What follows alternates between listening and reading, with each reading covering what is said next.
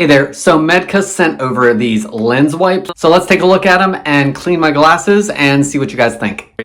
So the box itself is set up so if you want to open the top and dispense it that way. In the front though, the box is also perforated. So if you wanted to open it that way and then pull it forward like a little dispensing tray, you could do that. In the box, they come connected as two. You just tear them apart to get down to the one. These are going to be good to use on glasses, computer screens, watches, goggles, all of those type things.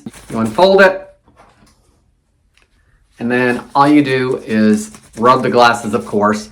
And when you first put it on, you can see a little bit of haze and the solution on the glasses, but I found that as it dries, it does dry streak free. So I didn't see any problems with that. And as you continue to rub it, it went away as well. So didn't need to do another wipe after that.